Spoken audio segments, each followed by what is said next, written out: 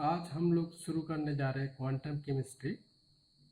Quantum chemistry quantum mechanics का एक branch है। क्वांटम मैकेनिक्स फिजिकल साइंस का एक इम्पोर्टेंट ब्रांच है, जिसका कुछ सिद्धांत, कुछ थ्योरी, कुछ रूल्स, कुछ थ्योरम को हम केमिकल सिस्टम में अप्लाई करते हैं और उसको हम जानते हैं क्वांटम केमिस्ट्री नाम से। So quantum chemistry is basically an application of quantum mechanics in chemical system. Quantum mechanics के जानने के लिए हमको पहले जानना पड़ेगा ये कैसे आया। 20th सेंचुरी के पहले, 1900 साल के पहले क्या था, तब इलेक्ट्रॉन, प्रोटॉन, न्यूट्रॉन्स, एटॉम्स, सब एटॉमिक पार्टिकल्स का मोस्ट सब एटॉमिक पार्टिकल्स का डिस्कवरी नहीं हुआ था। तो क्लासिकल मैकेनिक्स, जिसको हम जानते हैं न्यूटोनियन मैकेनिक्स के तौर पे, तब मैक्रोस्कोपिक बॉडी का प्रॉपर्टीज को एक्सप्लेन करता था। मैक्रोस्कोपिक बॉडी कौन और मैक्रोस्कोपिक सिस्टम क्या है, जिसको हम खाली आंख में देख सकते हैं। You can see those system in naked eye, like your pencil, pen, earth, sun, moon, etc.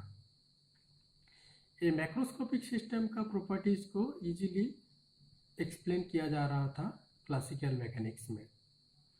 लेकिन जब एटॉम्स, इलेक्ट्रॉन्स, प्रोटॉन्स का डिस्कवरी हुआ, देन कुछ फेनोमेना, कुछ एक्सपेरिमेंट को क्लासिकल मैकेनिक्स एक्सप्लेन नहीं कर पा रहा था।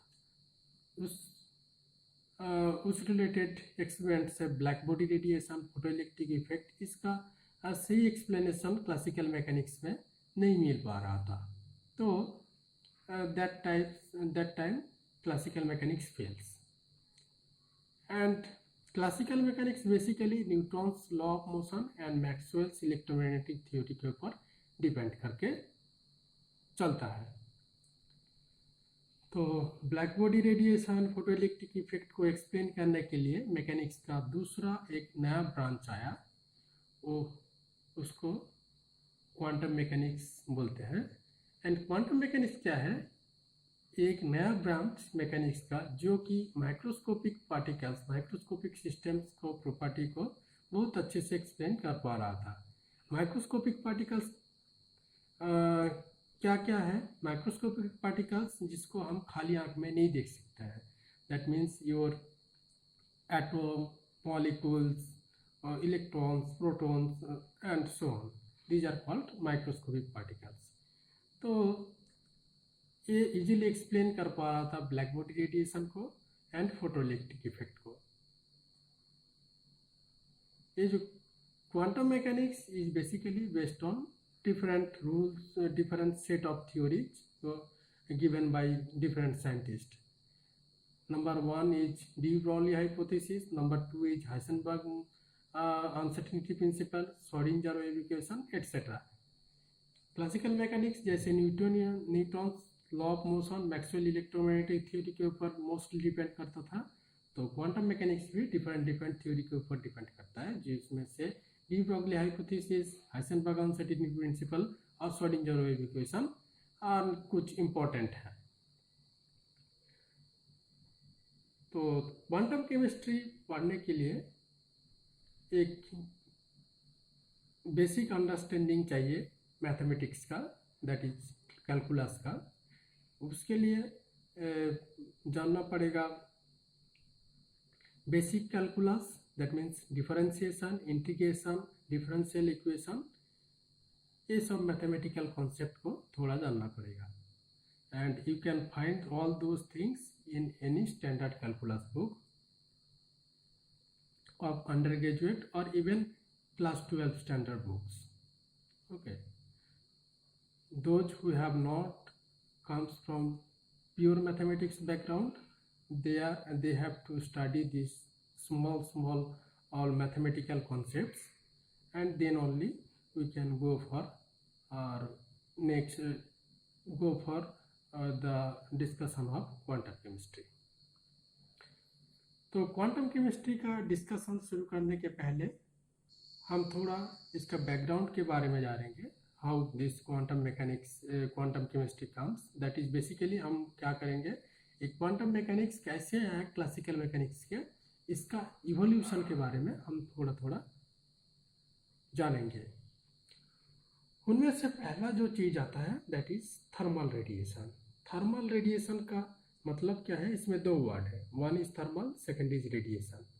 तो थर्मल का मतलब तो हीट है, that means it is generated by heating, that it is related to heat. And radiation means emission or release of energy without a medium. तो release of energy without a medium ये कैसे हो सकता है, ये होता है कैसे, emission of radiation without a medium, that means ये जो सनलाइट आता है सन से, that is also a radiation. हम जो एलईडी लैंप से लाइट मिल रहा है, that is also radiation. Radiation means emission of certain electromagnetic radiation. और रेडिएशन का कलर डिपेंड किसके ऊपर करता है, वो इमिटेड इलेक्ट्रोमैग्नेटिक रेडिएशन का वेवलेंथ के ऊपर। तो हम देखेंगे थर्मल रेडिएशन क्या है। एक लोहे का रॉड को अगर हम गर्म करें बुनसन बर्नर से, ये रूम टेम्परेचर में लोहे का रॉड का जैसा कलर है वैसे दिखेगा ना। इसका टेम्परेचर जब 600 डिग्री 500 से 600 डिग्री हो जाएगा तब क्या होगा, ये डाल रेड दिखेगा। रेड दिखता है लोहे का रॉड, और उसको और ज़्यादा हीट करेंगे, पहले डाल रेड दिखेगा, और ज़्यादा हीट करेंगे तो इसको ब्राइट रेड दिखेगा। फिर उसको भी और ज़्यादा हीट करेंगे तो येलो दिखेगा, इसको भी और ज़्यादा हीट करेंगे तो लोहे का रॉड तो ब्लूइश दिखेगा, और ऑरेंज दिखेगा देन ब्लूइश दिखेगा। ठीक है, तो क्या है, ये जो हीटिंग का प्रोसेस जो है इसमें क्या है, हम लोहे का रॉड का टेम्परेचर इंक्रीज करते जा रहे हैं। 600 500 में मान लो हमको डाल रेड दिखा था, उसके बाद हमको 9 लेट से 8 हमको 700 में ब्राइट रेड दिखा, उसके बाद लेट से दिस इज 1300 के 1000 के आसपास हमको येलो दिखा, और उसके बाद हम जब 1200 पे गया ऑरेंज दिखा, 1400 पे गया तो हमको ब्लूइश दिखा। ये जो टेम्परेचर चेंज होने के साथ साथ हम डिफरेंट कलर दिख रहे हैं, इसके कारण एक ही है, जो आयरन रॉड है वो डिफरेंट इलेक्ट्रोमैग्नेटिक रेडिएशन इमिट कर रहा है at different temperature. Different temperature में आयरन रॉड मतलब hot iron rod different electromagnetic radiation छोड़ रहा है। तो ये इलेक्ट्रोमैग्नेटिक रेडिएशन जो छोड़ रहा है, इसका कारण हम अगर कंपेयर करें तो जैसे जैसे टेम्परेचर बढ़ रहा है, रेड से हम ब्लू के तरफ जा रहे हैं। इसका मतलब क्या है, हमारा जो radiation electromagnetic radiation hot iron rod emit कर रहा है, उसका वेवलेंथ धीरे धीरे कम होते जा रहा है। रेड से ब्लू जाएंगे तो वेवलेंथ कम होते जाएगा, और क्या है, एनर्जी क्या होगा, एनर्जी उल्टा होगा वेवलेंथ से। सो रेड से जैसे हम ब्लू के साइड जाएंगे एनर्जी बढ़ते जाएगा। एनर्जी किसका बढ़ेगा, जो इमिटेड रेडिएशन है, जो हॉट आयरन रॉड इमिट कर रहा है, उसका रेडिएशन धीरे धीरे रेडिएटिंग एनर्जी धीरे धीरे बढ़ती जाएगा।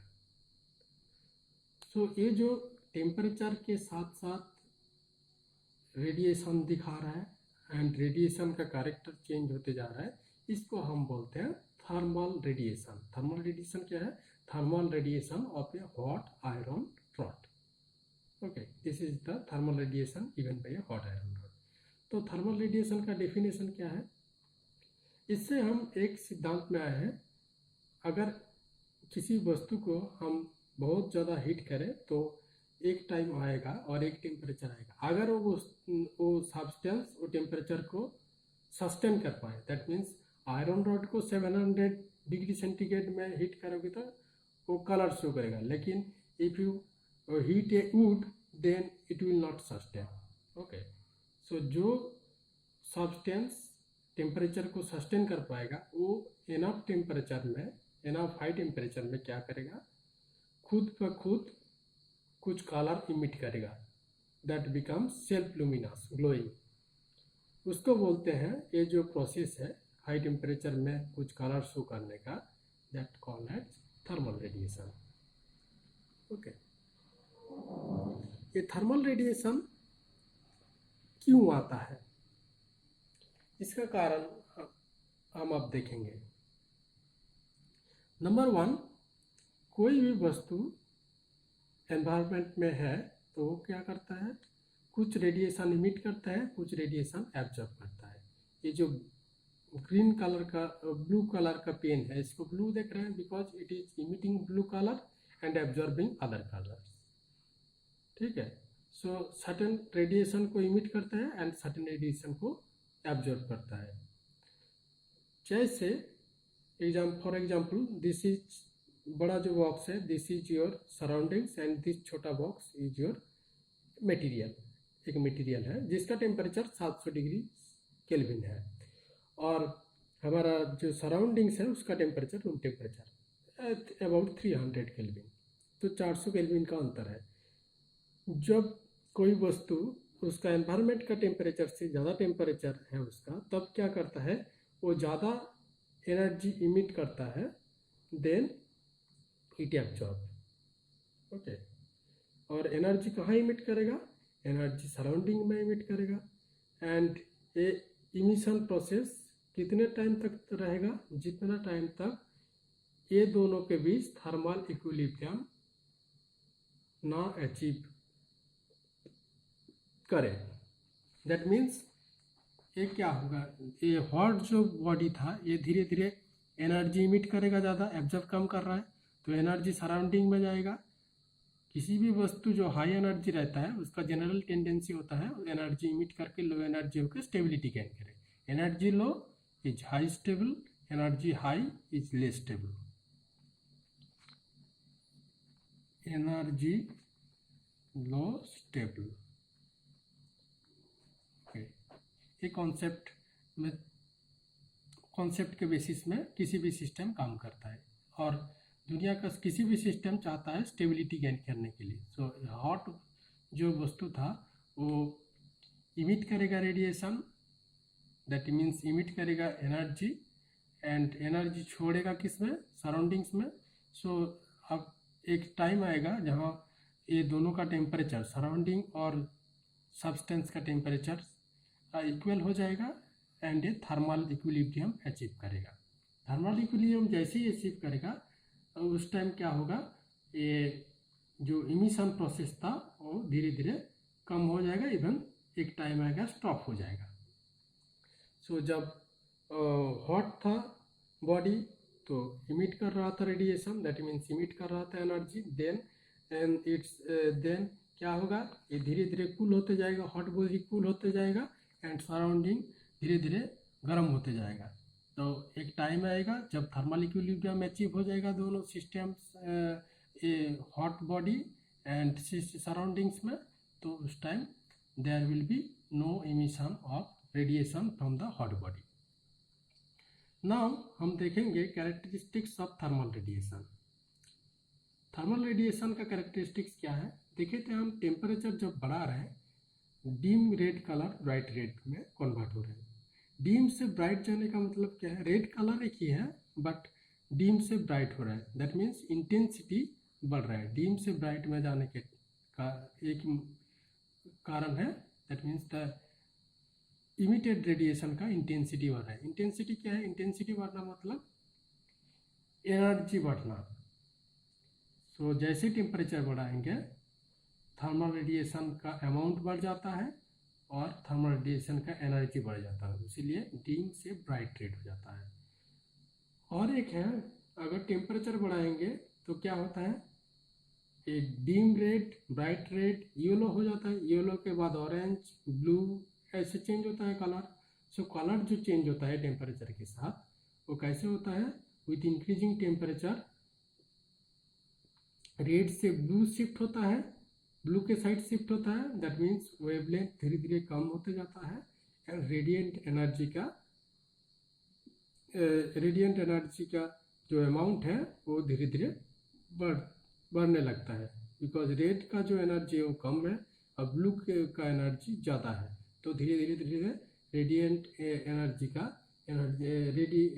थर्मल रेडिएशन का जो एनर्जी है वो बढ़ने लगता है with increasing temperature. Then, which are the factors affecting radiation of a body? Number one is temperature of the body. Temperature अगर चेंज करेंगे तो डीम से ब्राइट हो सकता है कलर और दूसरे कलर भी हो सकता है, जैसे रेड से येलो हो सकता है. सो temperature is one thing. Okay. Number two things material.